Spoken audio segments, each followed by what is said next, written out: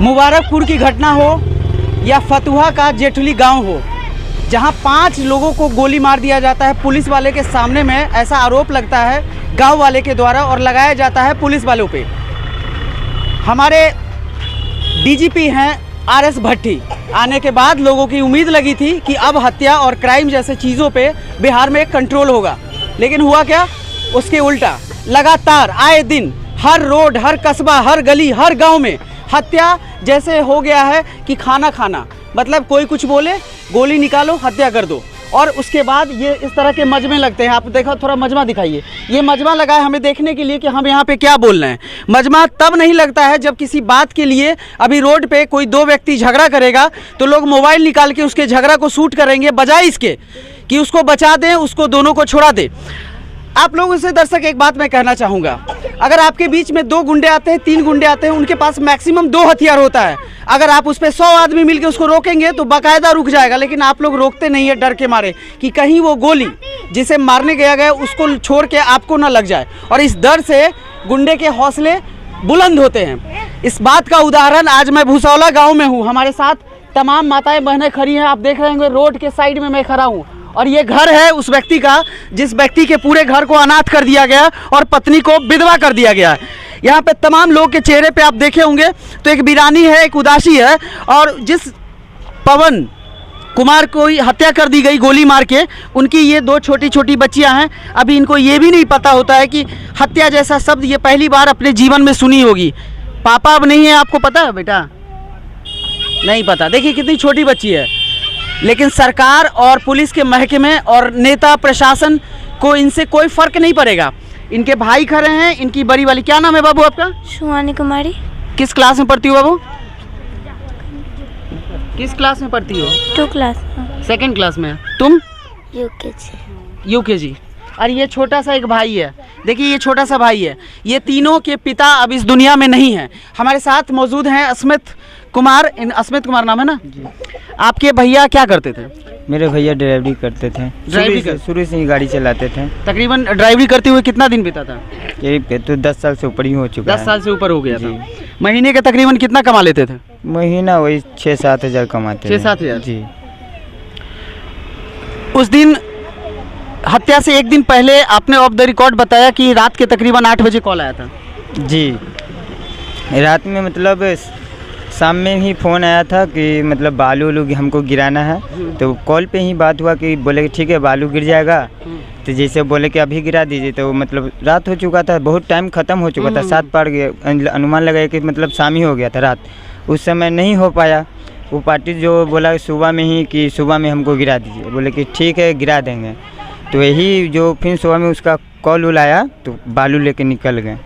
बालू निकलने के बाद वहाँ आदमी लग गया, उनको आगे ले जाके बहुत बेरहमी मौत मार दी। मतलब सर में 2 गोली मारा गया था? जी, सर में गोली। कौन थाना पड़ता है आपका? फुलवाड़ी क्षेत्र में पड़ता, फुलवाड़ी थाना पड़ता है। 21 तारीख को हत्या हुई ना जी? तकरीबन सुबह के 5 या 6 बज रहे होंगे। 6 बजे से पहले ही। 6 बजे से पहले ही पुलिस ऐसा बताई है? अनुमान लगा रहे थे क्योंकि हम लोग का भाई, हम लोग का एक ही लाइन में काम है, तो हम लोग का बातचीत होते रहता है। तो आपको पता होता है कि कब बालू लाते होंगे, कितना टाइम लगता होगा लोडिंग अनलोडिंग में, ये आपको पता होगा जी? आप भी यहीं के रहने वाले? जी। क्या नाम है आपका? मतरोहन। तो आप उनको जानते थे पवन जी को? जी नहीं जानते। नहीं जानते? तो उनकी जो हत्या हुई, आपको लगता है कभी वो झगड़ा उगड़ा करते थे? नहीं, झगड़ा उगड़ा तो नहीं करते, जानबे नहीं करते हैं। आप नहीं जानते उनको? तो आप यहाँ क्या कर रहे हैं? हम यहाँ पर ऐसे ही आए थे, सब देख रहे हैं और क्या। अच्छा, इनको नहीं पता। देखिए यहाँ पे बहुत सारे लोग हैं और ये घर है। मैं थोड़ा भाई इसमें दीजिए रही, ये घर मैं आपको दिखाता हूँ। ये अब थोड़ा दिखाइए, इधर का सेटलमेंट आप दिखाइए। ये कल लगा हुआ है, यहाँ से पानी पीती होंगी।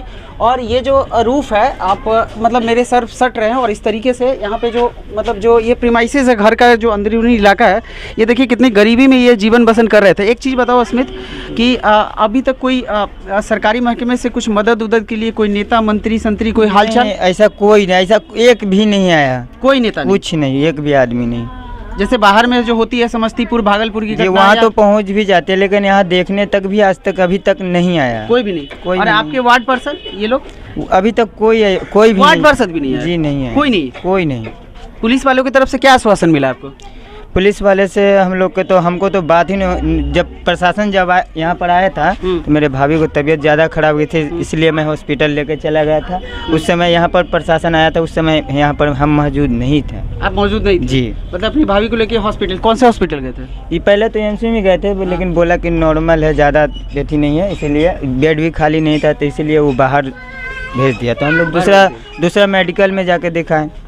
अब देखिए, मैं आपको यहाँ से दिखाऊंगा कि ये अंदर का कमरा है। वहाँ पे जो पवन जी की जो वाइफ हैं वो वहाँ पे सोई हुई हैं और इनके बगल में जो महिलाएं हैं वो भी सोई हुई है। और इस तरीके से वो इस हालत में नहीं है कि कुछ बताए। हालांकि हमने इनके भाई से जानना चाहा कि क्या कुछ उस दिन का मुद्दा हुआ था। हमारा जो खबर दिखाने का मकसद है वो सिर्फ इतना था कि मैं आपको वस्तु स्थिति से अवगत कराता हूं कि इस घर में किस तरीके का माहौल है।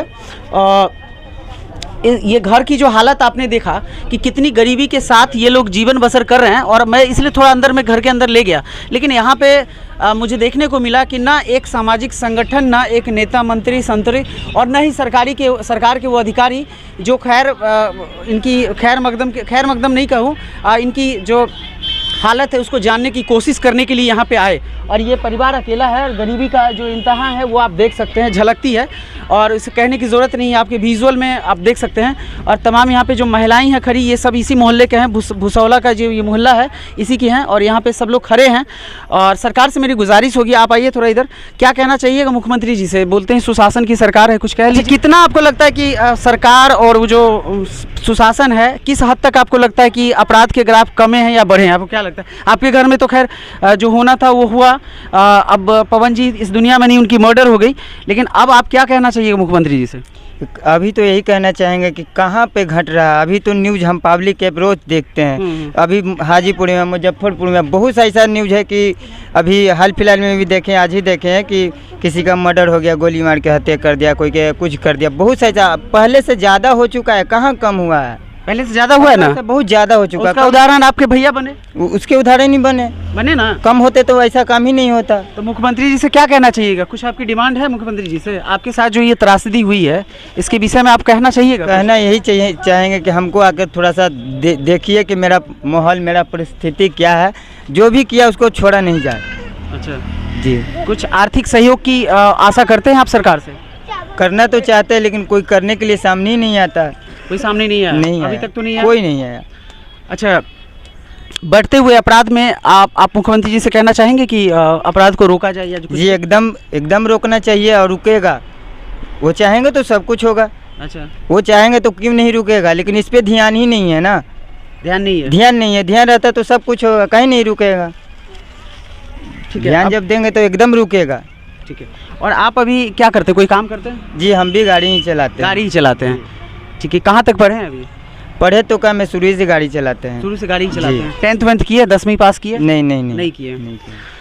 चूँकि देखिए, अस्मित हमारे साथ थे, पवन जी के ये भाई हैं और ये चूँकि इनकी पढ़ाई उस तरीके से नहीं है, हालांकि सरकार आके इनकी जो कुछ सहयोग राशि सरकार को करना चाहिए। इस तरह के जो संगठन है, जो सामाजिक संगठन है, उनको भी आगे आना चाहिए। और इस तरह के जो चीज़ें हैं और अपराध के ग्राफ को लेके मैं ये खबर आपको दिखाया कि आज हमारे बिहार में और राजधानी पटना एम्स से महज 2 किलोमीटर की दूरी पे ये भुसैला है और यहाँ हमेशा प्रशासन आती जाती रहती है। रोड है सामने, एकदम रोड है। और मैं सोचता हूँ कि बिहार में इस तरह की जो आपराधिक घटनाएं हैं वो दिन दूनी रात 8 गुनी हो रही है, 4 गुनी भी नहीं हो रही है और इस पर लगाम नहीं लग रहा है। यही मकसद था आपको दिखाने का ये खबर। और ये पूरा परिवार है। आप देख रहे थे द पटना फोरम, मैं हूँ सत्यम। अपने विचार हमें बताइएगा।